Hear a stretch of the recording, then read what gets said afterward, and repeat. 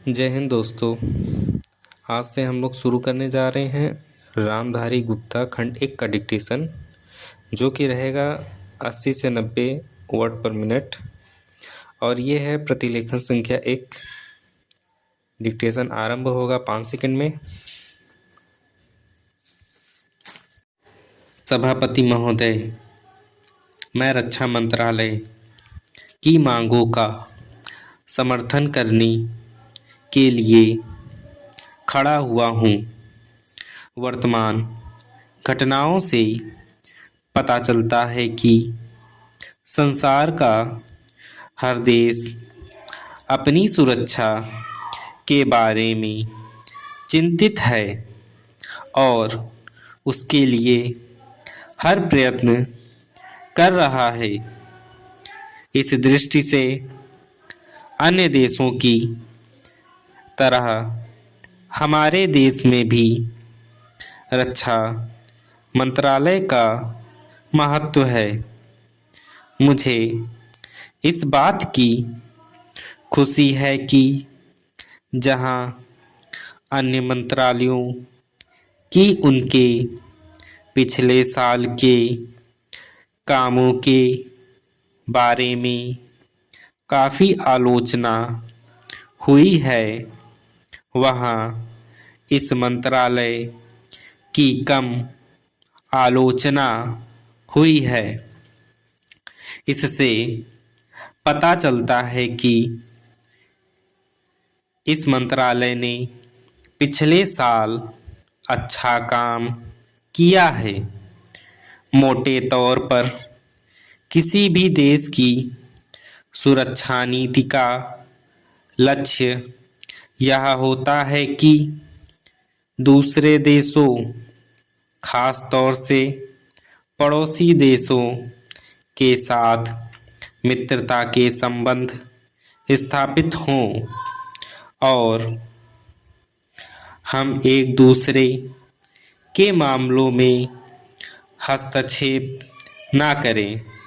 लेकिन उसके साथ यह भी ज़रूरी होता है कि हम अपने देश की सीमाओं और अखंडता की रक्षा करें।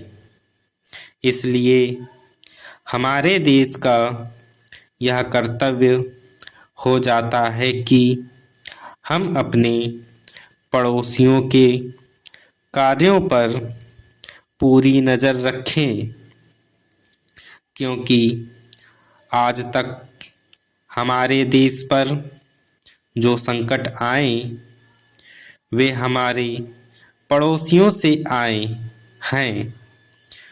1965 में पाकिस्तान के साथ जो लड़ाई हुई और उसके बाद ताशकंद में जो समझौता हुआ वह सिर्फ कागज़ पर ही रहा।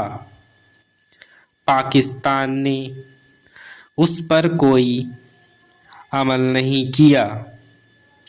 इस दृष्टि से बहुत ज़रूरी है कि हम अपने देश की सुरक्षा की हर तरह से व्यवस्था करें। हमारा उद्देश्य दूसरों पर आक्रमण करना नहीं है, लेकिन यदि हम पर कोई आक्रमण करे तो हम में इतनी शक्ति अवश्य होनी चाहिए कि हम उसका डटकर सामना कर सकें। पैरा। आज आप जानते हैं कि पिछले दिनों पाकिस्तान को अमेरिका और चीन से काफ़ी मदद मिली है।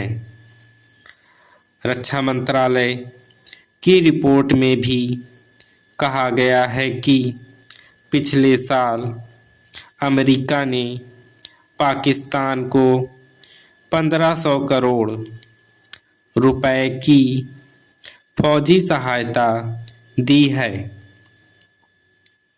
आज जहां हम फौजी सामान के लिए अपने कारखानों की मदद से अपनी शक्ति बढ़ाने का प्रयत्न कर रहे हैं, वहाँ पाकिस्तान संसार के देशों से फौजी सामान खरीद रहा है।